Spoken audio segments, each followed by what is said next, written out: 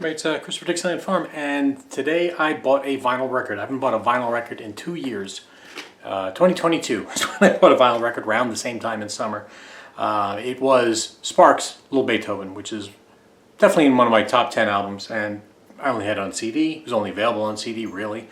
And they did a big Sparks reissue when the movie came out, so that was one of the albums that got released, and I picked it up immediately. So I was just looking on Facebook, and an ad popped up for this, and like without even a thought, I just boom, purchase immediately.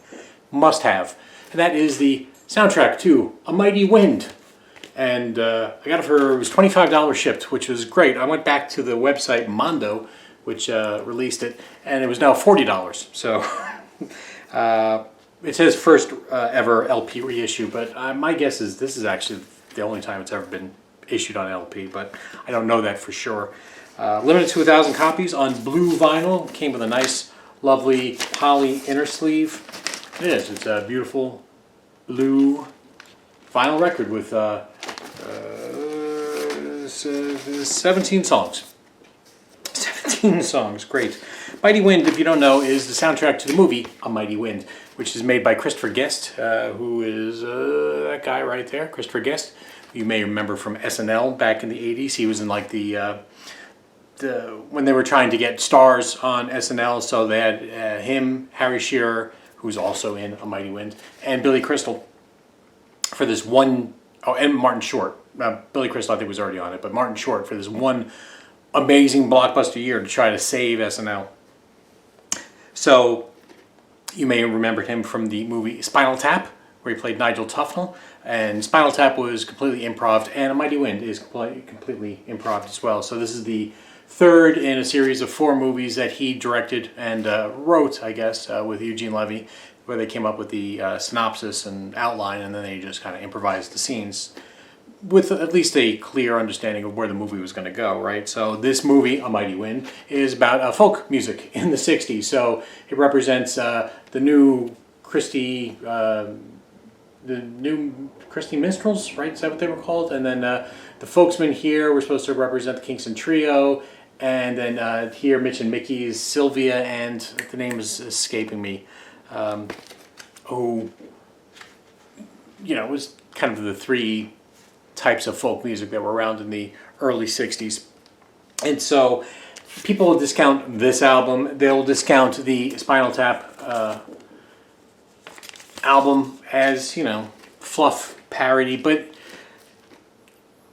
the reason why the Mighty Wind works and the reason why Spinal Tap works is because it takes the music seriously. So, like, if I didn't tell you it was a comedy and you just listen to it, you may be fooled that this is, real music. And it is. It's real music that happens to be a loving tribute, just like the Rutles. So the Rutles here from All You Need Is Cash was the movie, also on SNL.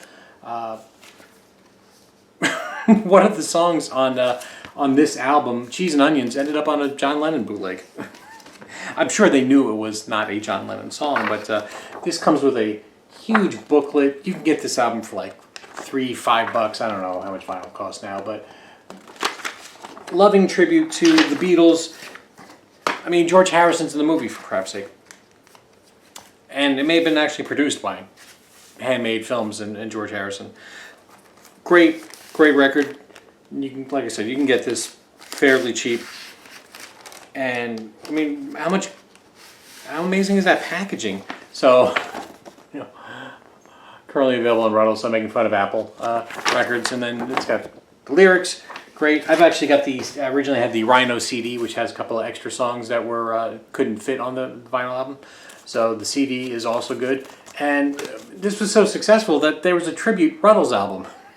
And Neil Innes from the Bonzo Dog Band, who's really the architect of this, along with Eric Idle, kept going with it. I mean, they did Rutles Archaeology, so making fun of Anthology here, which has Ricky Fattar, who was in the Beach Boys, in the 70s Beach Boys. Again, music that is as good as what it's making fun of. But because it's a parody, it's probably discounted. So back to Mighty Wind here. You got Old Joe's Place, which is, you know, a fun song. Just That Kind of Day, which definitely is sugary saccharine. It's, but that's exactly what the new Christy Minstrels sounded like. And When You're Next to Me. Also, a lot of these songs are written by Michael McKean, so otherwise known as Lenny of Lenny and Squiggy, right? But also in Spinal Tap as well. So him and his wife, Annette O'Toole, wrote a lot of these songs. And matter of fact, one of the songs, A Kiss at the End of the Rainbow, was nominated for an Oscar. So When You're Next to Me is just a lovely little song between the two lovers in the movie, right? So the Mitch and Mickey, it makes fun because they were lovers, but then they broke up. So now they've got this kind of awkwardness since their lives are separated, and Mitch, you know, went to a mental institution. So listen, I'm not going to go through all the songs because you should actually just watch the movie, for crap's sake. The movie is, maybe it's on HBO Max, I don't know, because it was a Warner Brothers film. Just like the Rebels here is on Warner's record. So maybe they've got the thing cornered for parody. I don't know. And I just decided to throw out here Little Shop of Horrors also. Little Shop of Horrors is also an incredible soundtrack. That's it's not parodying doo-wop music and that 50s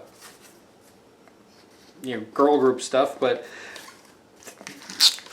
it's a great soundtrack as well. If I found this on vinyl, I'd pick it up.